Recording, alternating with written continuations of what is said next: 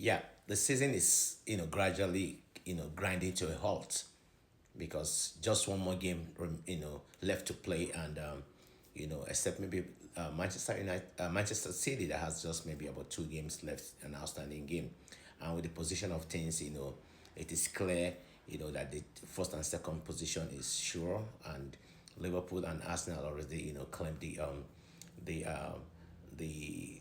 Champions League spot for next season. But now let's talk about injuries and how injuries has impacted the um the performance of clubs in the season. At the first position is thought is Arsenal. Arsenal, had 27 injuries, 27 injuries recorded. Tottenham 22, Villa 21, Man U 20, City 18, Chelsea 17, Newcastle 17, Liverpool 14. You can see Arsenal has, almost 2 times the number of injuries that Liverpool suffered. And if we talk about injury, we're trying to look at, we're going to look at the players that are actually, really, impacted or affected. If you look at the injuries pattern in Arsenal, is basically around, the most, essential players. And all players are, very important. We are talking about top players in the club, the main players.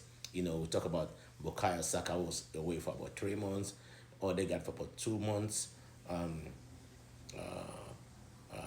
Gabriel Jesus has been like away like for months. In fact, not sure. Is the date of his return to the team is not even sure. Even if we get into next season, and next season is in August. That's about 3 months time, and we have so many other players like that. Very vital, important players who are injured, and we are looking at Arsenal. If you say, "Oh, Arsenal," one of the reasons or why Arsenal is, drop off this season is because uh, it is due to injuries. People are gonna say, "Oh, but the truth is that you say if they say stats don't lie, statistics don't lie.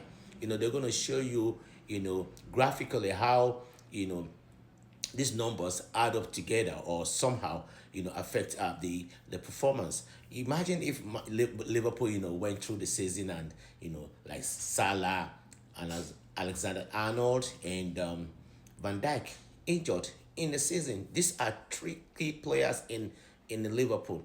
I'm not sure they will be where they are. That's what I'm telling you. But we don't have. But people kind of put sentiment to it. They try to make it look like, oh, it's nothing. But it's something.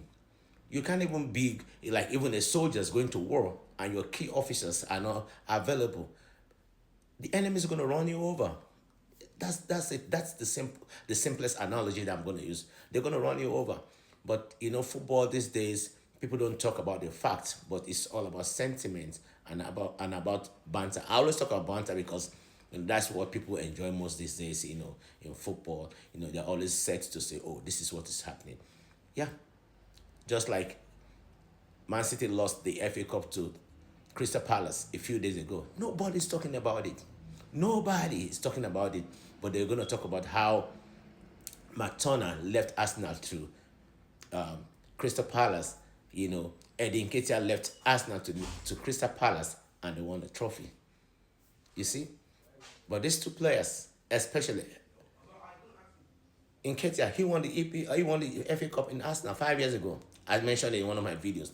So it's all about the rhetorics. If City had won it, they're gonna say, "Oh, City even in their worst season, they won it. They even won the trophy." But nobody's talking about how trophyless City is this season.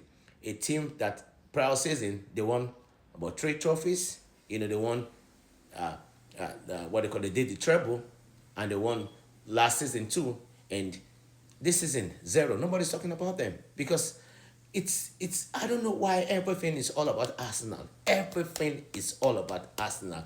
Every fan want to take his own, a dig at Arsenal. They want to take their own pound of flesh at Arsenal.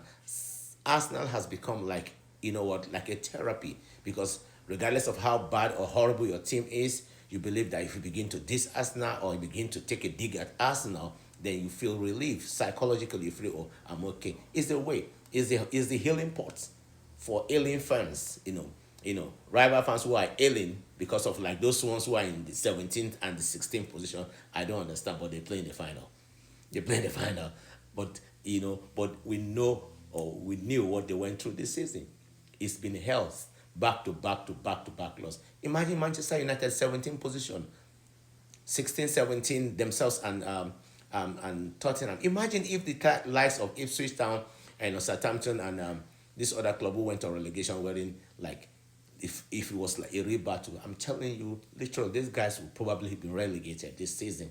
But thanks to the fact that those teams didn't really do well, the relegation battle has been decided like weeks back, and so they are comfortable. So whatever, even they continue losing.